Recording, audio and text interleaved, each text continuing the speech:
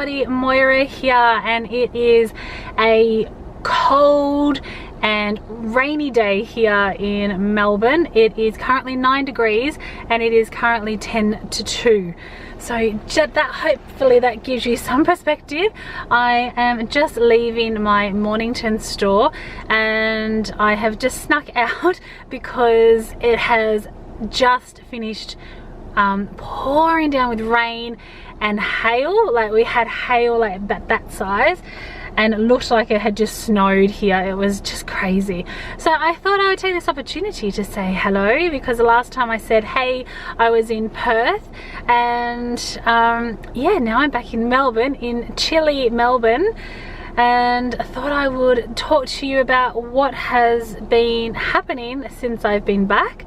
So I arrived back, and when I weighed in on Saturday, I had lost a kilo, but that was, I'd put that weight on the previous weekend, so I'd really just lost the kilo that I'd put on. So I got back to 141.8. So the latest update with my weight is this morning I weighed in and I was 140.6. So I'm 700 grams away from getting out of the 40s. I said to Michael, it's almost like I get to the end of the whatever the number is and my body says, stop, no, we're gonna sit here for a little while, and then it lets go with the weight. So I am hoping that I get into the 130s by this weekend, because next week is my period week. It just comes around so quickly, and I know that I put on like up to 2 kilos and then it all goes, but it would be nice to start my period in the 130s. So yeah. So I'm gonna start driving because I've got to get to my next store.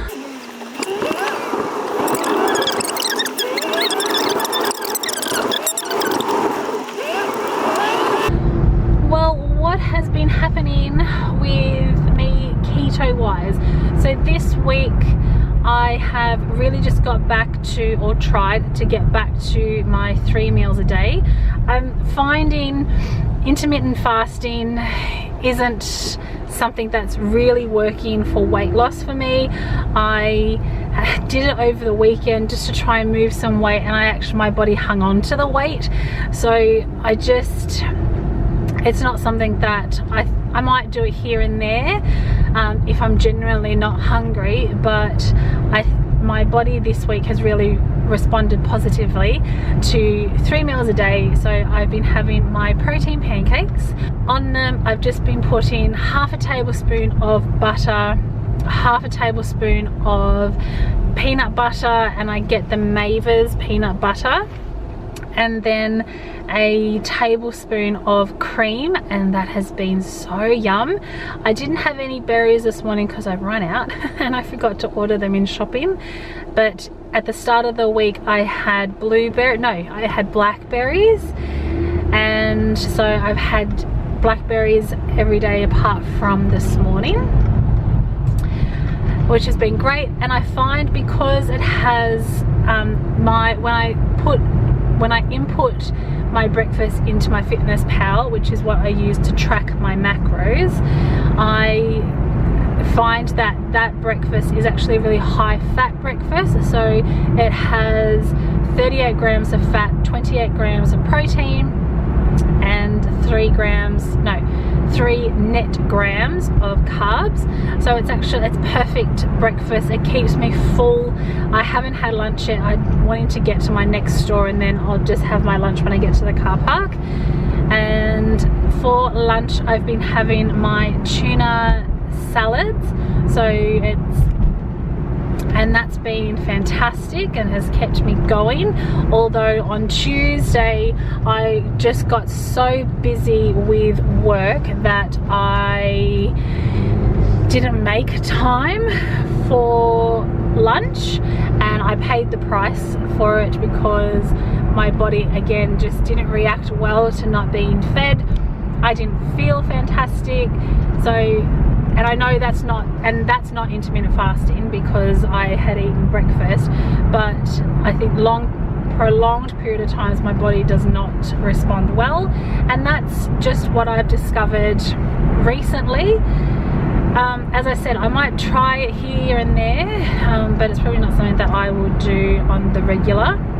And then for dinner, I actually did a whole meal prep session on Sunday. I made a chicken carbonara, which has diced chicken, bacon, mushrooms, cream, Parmesan cheese, and then spices. I've had that, and then I made a cauliflower bake, and then the last thing I made was fajita chicken. So I had diced chicken, diced bacon, and then a tablespoon of fajita seasoning mixed with some water, and I have a big bowl of that. So tomorrow I'm going to bring that for lunch, and I'll have that with my spinach salad. I have taken out the MCT oil from my spinach salad because I'm getting enough fat in my diet. I don't need, and I'm eating whole fresh foods, so I'm not needing, I wasn't finding any benefit from having it. I will continue with the apple cider vinegar, but I've just taken out the MCT oil from my salad, and then I'm also taking out the salsa that I used to put just like half a tablespoon of salsa in it just to give it a spicy kick, but I'm going to take that out as well, and I might replace it with just some chili flakes. I showed you guys when I was in Tassie maybe that I was taking chlorophyll, and look, I don't believe that, I don't know if it's doing anything for my system, but I don't have any adverse reactions to it, and we'll keep taking it, seeing how I go. But I think the biggest thing is magnesium, and I'm not happy with the magnesium I'm taking, but I've said before I bought a huge pack of these tablets, so I'm just going to continue using it. But I am seeing a difference in my movements now that I've been really consistent with it. I started listening to a new audiobook on Monday, and it's called The Life-Changing Magic of Not Giving a Fuck by Sarah Knight. So this is actually her first book. I've read her other two, You Do You, and I can't remember what the other one is. It's the middle one. And this is really how I feel on keto. When people say to me, you shouldn't be doing that, you should be doing this, blah blah blah blah blah, this book really has rung true to me this week, because I hear people say to me, you need fuel, you need carbs as fuel, and they don't understand the whole keto process, and that's perfectly fine. And I just say to them, yeah, well, that's your opinion, you do you, I'll do me, we'll be all good. And I've had someone say, yeah but, and I was like, no, there's no yeah buts, you do you, that's your opinion, it's not mine, and what I'm doing is not impacting you. I am like that eternal optimist. I always look for the positive in any situation, and that's why I don't need to have a heated discussion about keto.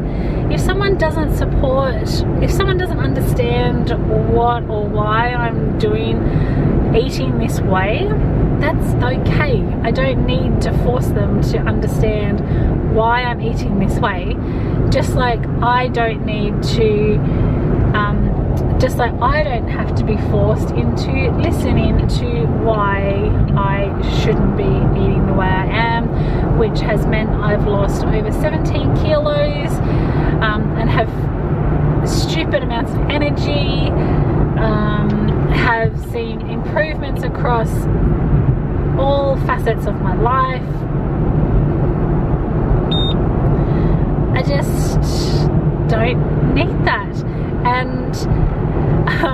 in the book, Sarah Knight says you need to look at how many fucks you're giving as a budget. So when you look at your budget, you see, you know, what money you have to expend on certain things, and the same should be for how many fucks you give. It's really cementing the fact for me that, yeah, I don't need to be concerned that I don't have the same opinion as somebody. You know, people are going to hate on what they don't understand, and that's perfectly fine. Wow, that was a rant, wasn't it?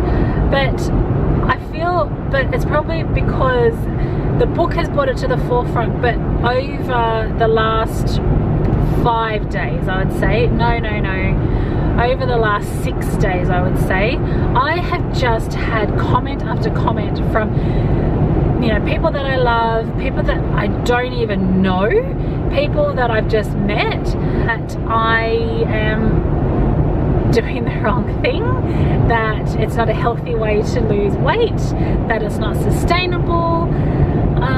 You know, it has been just this barrage of comments that have been coming my way, not from my gorgeous friends, because they don't care. If it's still me, and they don't care, and not from Michael. As I said, he's so supportive, but it's just this.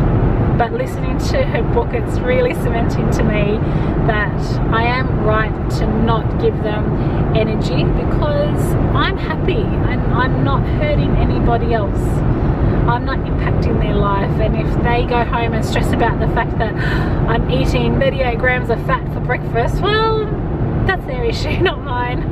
So now I've ranted on for long enough. I hope you guys have had a fantastic week so far, and I will see you in my next video.